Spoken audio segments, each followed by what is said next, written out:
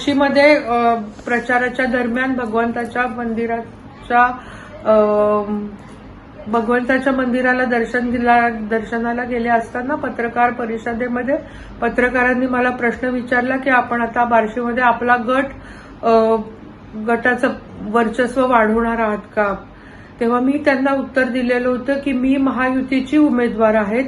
महायुतीचे तिन्ही पक्ष शिवसेना, एकनाथ शिंदे गट, राष्ट्रवादी अजित पवार गट आणि भाजपची मी उमेदवार आहे आणि या तिन्ही पक्षांचं एकच लक्ष्य आहे की मोदी साहेबांना पंतप्रधान करण्याचं. त्यामुळे माझ्या उमेदवारीने मी खासदार होण्याने या तिन्ही पक्षांचं वर्चस्व वाढणार आहे. त्यामुळे बाकीचा काय प्रश्नच येत नाही. माझी उमेदवारी आणि माझं खासदार होणं हे तिन्ही पक्षांची स्ट्रेंथ आपल्या धाराशिव मतदारसंघात वाढणार आहे. आणि मी जे बोलले त्याला तोडफोड करून सोशल मीडियाच्या माध्यमातून बाकीच्या माध्यमातून तोडफोड करून प्रसारित करण्यात आले किंवा ते फिरवतायत ते.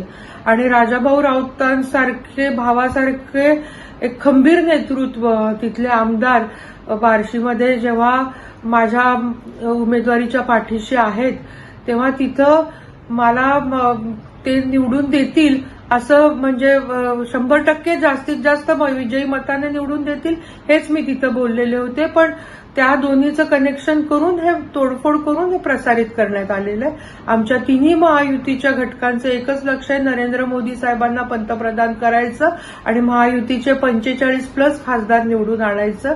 हे तिन्ही युतीमध्ये खडा टाकण्याचं काम या अशा खोडकरपणामुळे होतंय. माझ्या पाठीशी माझे तिन्ही पक्षातले घटक पक्ष पाठीशी आहेत आणि मी महायुतीची उमेदवार म्हणून घड्याळ चिन्ह राष्ट्रवादी काँग्रेस पार्टी अजित पवार गटाकडून घड्याळ चिन्हावरून मी निर्विवादपणे मोदी साहेबांना पुन्हा पंतप्रधान करण्यासाठी आणि त्यांच्या 400 पारचा स्वप्न पार पाडण्यासाठी मी 101% निवडून येणार आहे आणि सगळे घटक पक्ष, सगळे आमदार माझ्या पाठीशी खंबीरपणे उभे राहणार आहेत.